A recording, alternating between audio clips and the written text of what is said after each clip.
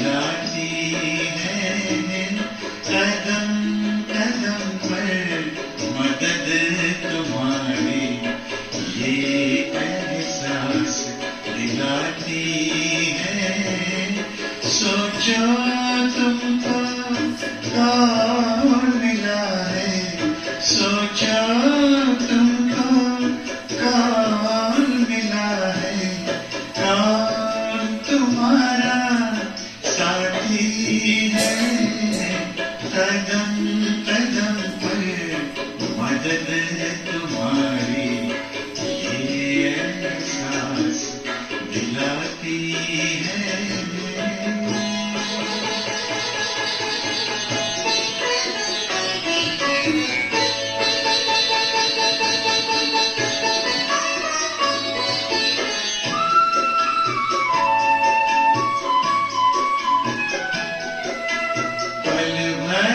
जब भी होते अकेले पास मेरे आ जाते हो, पल भर जब भी होते अकेले पास मेरे आ जाते हो।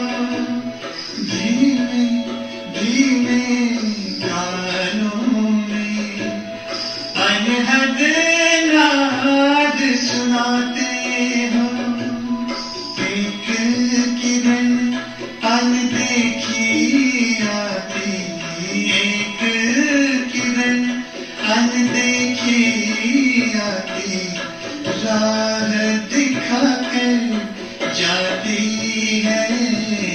भरते हुए ना किसी ने देखा, पर झोली भर जाती है। कदम कदम पर मदद तुम्हारी, ये एहसास दिलाती है।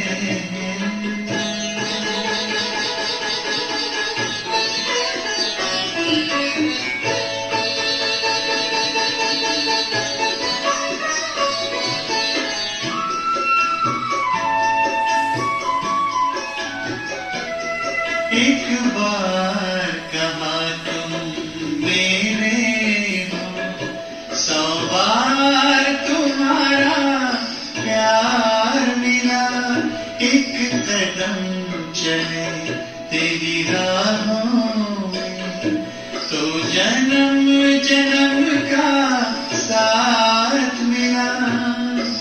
ऐसी करुणा ऐसी ममता, ऐसी करुणा ऐसी ममता, तेरी याद दिलाती है। प्यार में प्रभु के दिल खो जाता, आँख सजल हो जाती है। कदम कदम पर मदद तुम्हारी, ये एहसास दिलाती है। सोचो तुमको कौन मिला है, सोचो तुमको कौन मिला है, कौन तुम्हारा साथी है। कदम कदम पर मदद तुम्हारी, ये एहसास दिलाती है।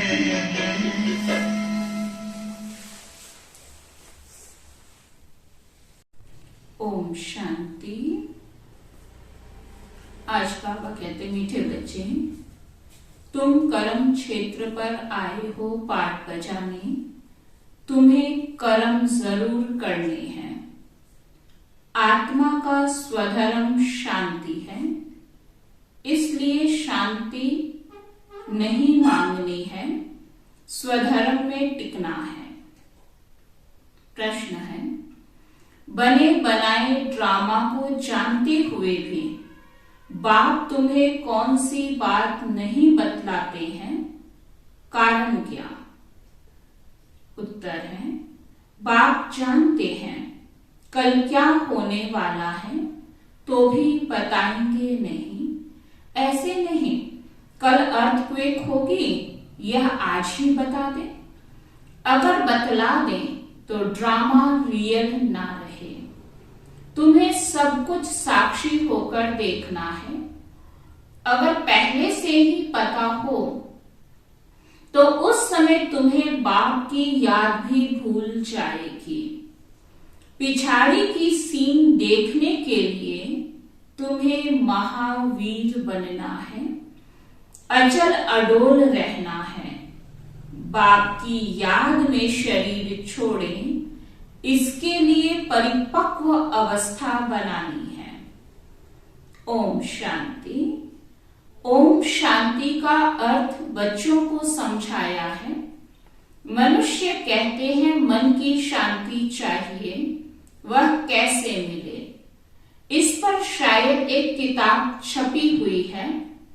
बाप ने बच्चों को समझाया है। तुम भी कहते हो ओम शांति।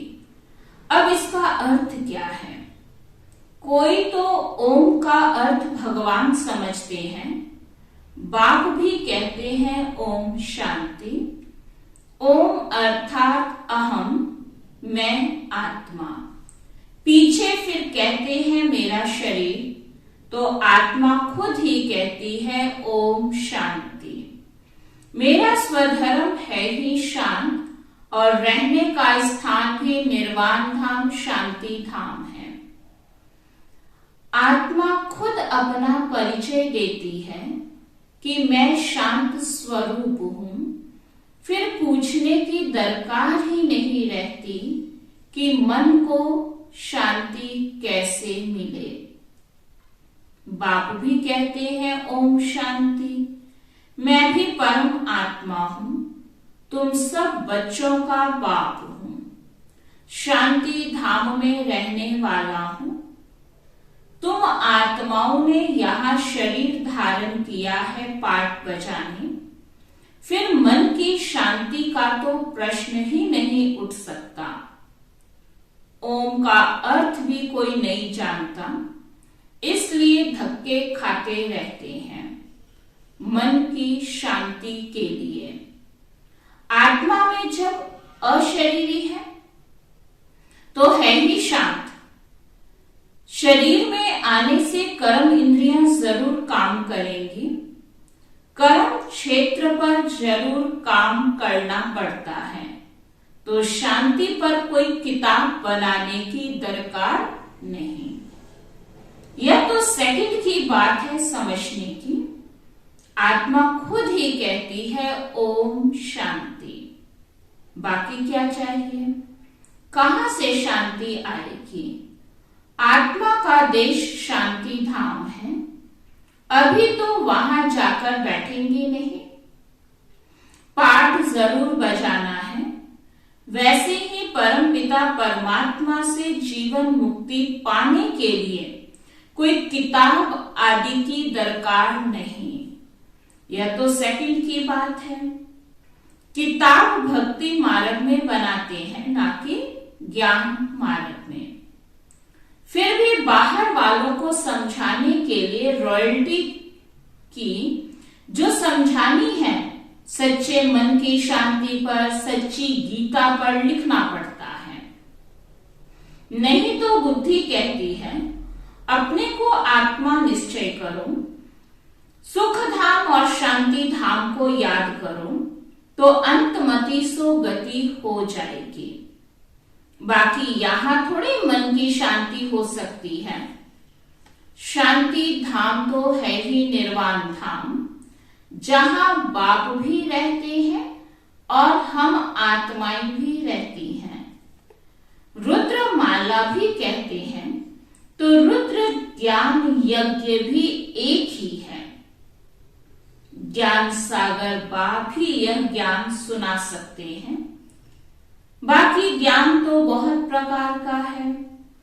साइंस का भी ज्ञान, कारीगरी का भी ज्ञान होता है, परंतु वह है व्यवहार की बातें। ज्ञान से मनुष्य बहुत अक्लमंद बनते हैं। अभी तुम बच्चों को सृष्टि के आदि मध्य अंत की नॉलेज मिली है। यह पाठशाला है, यहाँ पढ़ाया जाता है। बाप है ज्ञान का सागर, उनको सब नॉलेज है। सब वेद शास्त्र आदि को जानते हैं।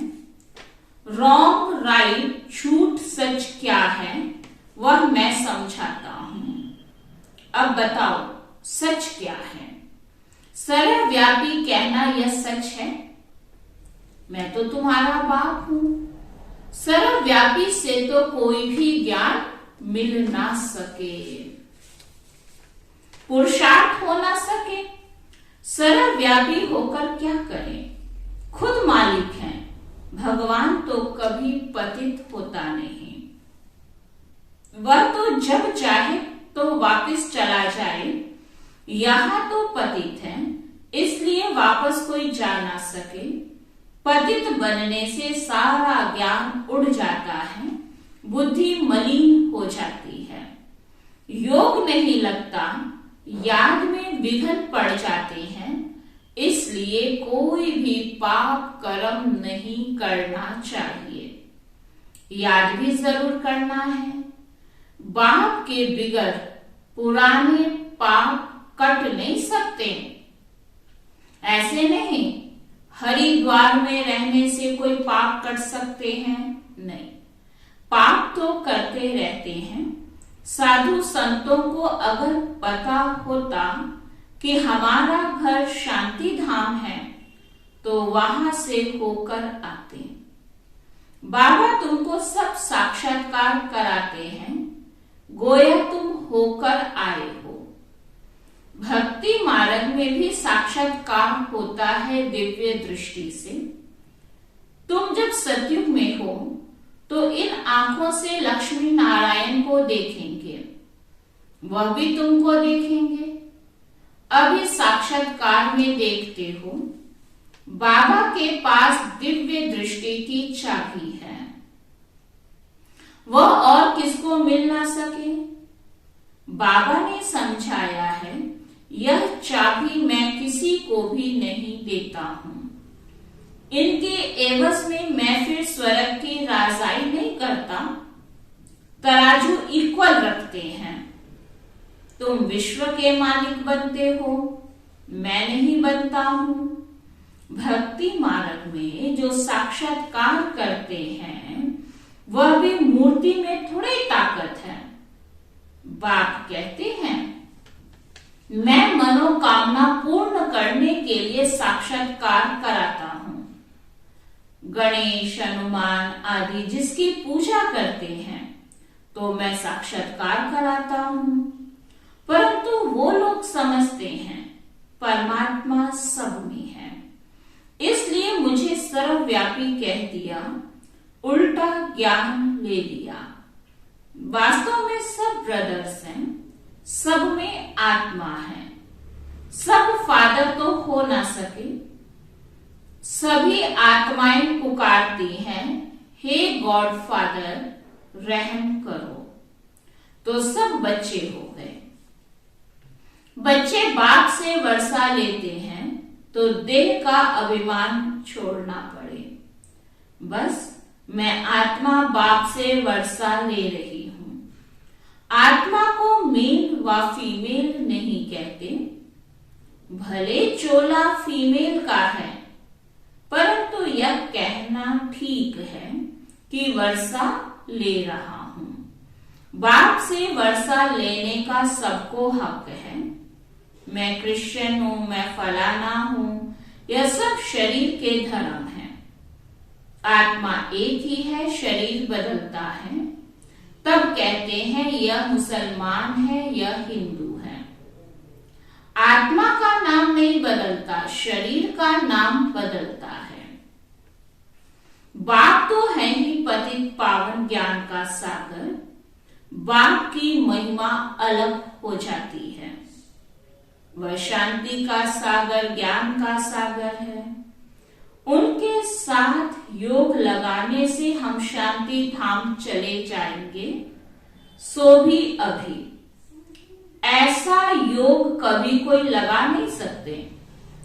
तुम शांति धाम को जानते हो, बाकी याद शिव बाबा को करते हो। सन्यासी कहते हैं हम ब्रह्म ज्ञानी हैं, ब्रह्म से योग लगाते हैं, परंतु उनसे विकर्म विनाश नहीं हो सकते। वो योग ही रोग है। ब्रह्म अर्थात रहने का स्थान, ब्रह्म ज्ञानी अथवा तत्व ज्ञानी बात एक ही है। बाप कहते हैं यह इन्हों का भ्रम है। पतित पावन ब्रह्म नहीं हो सकता। आत्माओं का बाप शिव है, उनको ही पतित पावन कहा जाता है। बाकी वापस तो कोई भी जा नहीं सकते। सभी को सतो प्रधान से तमो प्रधान बनना ही है, जबकि पहला नंबर श्री नारायण ही बनता है, तो और सभी भी जरूर तमो प्रधान बनेंगे, पुनर्जन्म लेते आएंगे। यह भी बुद्धि में रखा जाता है। तुम जानते हो हर एक धर्म वाले कितने जन्म लेते होंगे। देवताओं को कहेंगे पूरे 84 जन्म लेते हैं। औरों के जन्म एक्यूरेट नहीं बता सकते, कोई हिसाब करे तो निकाल सकते हैं, परंतु जरूरत ही नहीं है। हमारा अपने पुरुषार्थ से काम है और जास्ती बातों में नहीं जाना है। तुमको मुक्ति, जीवन मुक्ति चाहिए तो मन मना भव। मैं हूं ही पतित पावन, आकर राजयोग सिखलाता हूं। पतित पावन जरूर कलयुग अंत में आएगा, ना कि द्वापर में।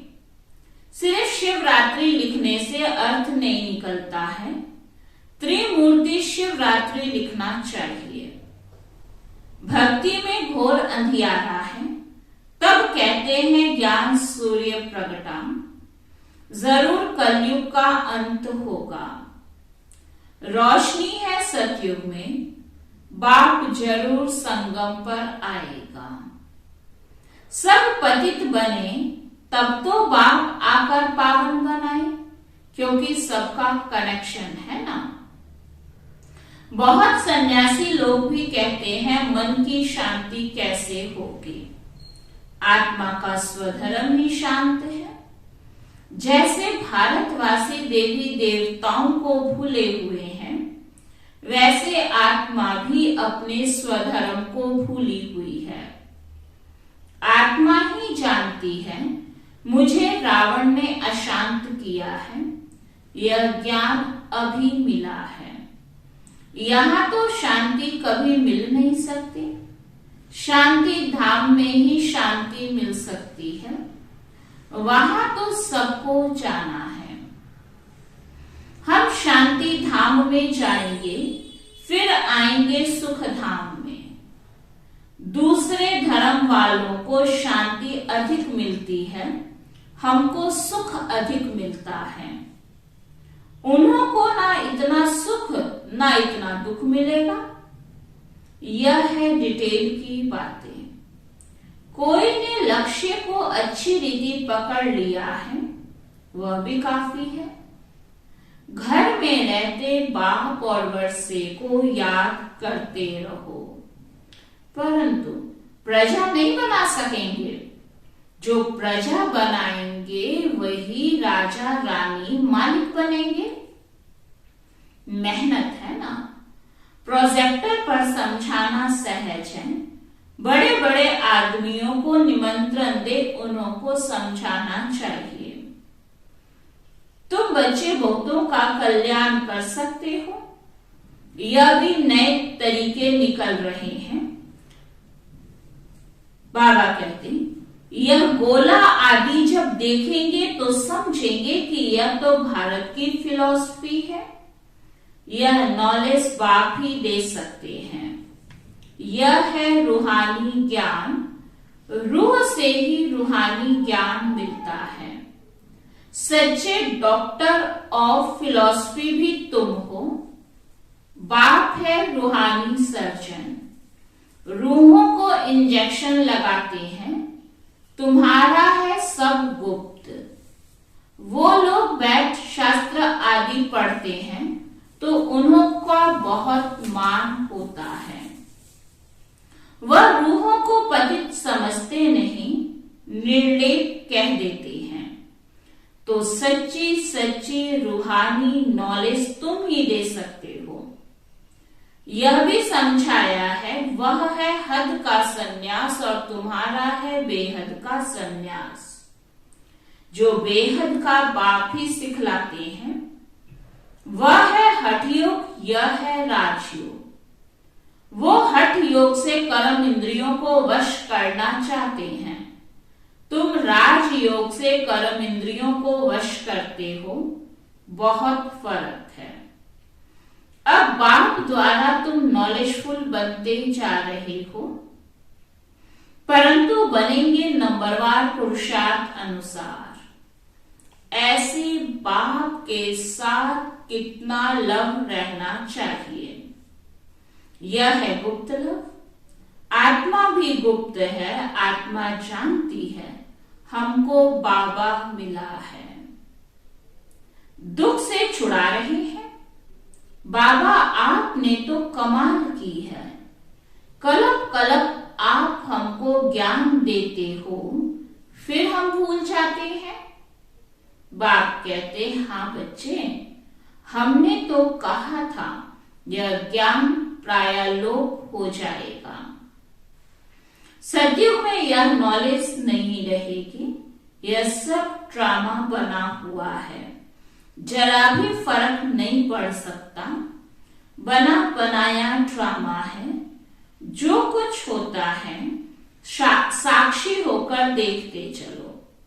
विनाश होना है, स्थापना होनी है, साक्षी होकर देखना है। समझो, कल अर्थक्वेक होती है तो ऐसे नहीं मैं बताऊंगा कि यह होना है, फिर तो सब प्रबंध कर ले।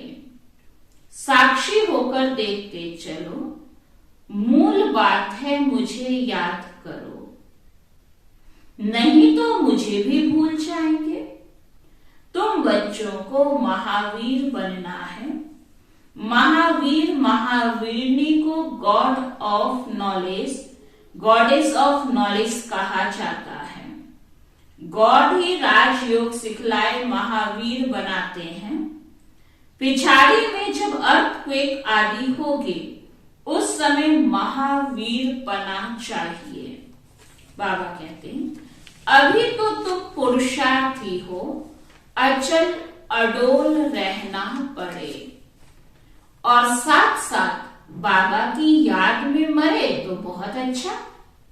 जो ज्ञान में अचल अडोल होंगे वह बैठे बैठे शरीर छोड़ेंगे, फिर कर्मातीत अवस्था में जाकर सर्विस करें। बच्चों को परिपक्व अवस्था में शरीर छोड़ सूक्ष्म वतन में जाकर फिर नई दुनिया में आना है। अच्छा, बच्चों को सदैव अपना चार्ट देखना है जो हम बाबा से पूरा वर्षा पाएं। कोई भी बात में संशय में आकर पढ़ाई कभी नहीं छोड़ना चाहिए। बाबा बार बार कहते हैं मुझे याद करो तो विकर्म विनाश होंगे।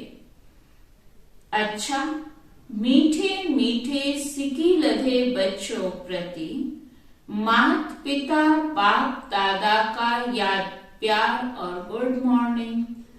रूहानी बाप की रूहानी बच्चों को नमस्ते।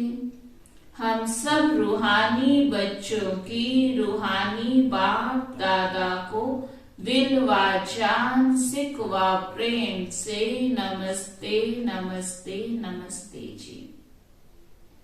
धारणा के लिए सार है, किसी भी बात में संशय बुद्धि बन पढ़ाई नहीं छोड़नी है। अपनी स्थिति अचल अडोल बनानी है। एक बाप से सच्चा लव रखना है। अपना टाइम विस्तार की बातों में वेस्ट नहीं करना है। बुद्धि किसी भी कर्म में मलिन ना हो, इसका पूरा ध्यान रखना है।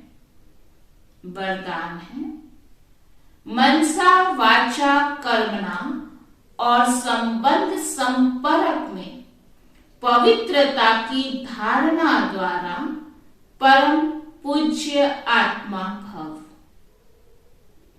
पवित्रता सिर्फ ब्रह्मचर्य नहीं, लेकिन मनसा संकल्प में भी किसी के प्रति नेगेटिव संकल्प नहीं हो। बोल में भी कोई ऐसे शब्द ना निकले। संबंध संपर्क भी सबसे अच्छा हो। किसी में जरा भी अपवित्रता खंडित ना हो, तब कहेंगे पूज्य आत्मा। तो पवित्रता के फाउंडेशन को चेक करो। सदा स्मृति में रहे कि मैं परम पवित्र पूज्य आत्मा इस शरीर रूपी मंदिर में विराजमान हूं। कोई भी व्यर्थ संकल्प मंदिर में प्रवेश कर नहीं सकता। स्लोगन है, अपने भविष्य को स्पष्ट देखने व जानने के लिए संपूर्णता की स्थिति में स्थित रहो। ओम शांति।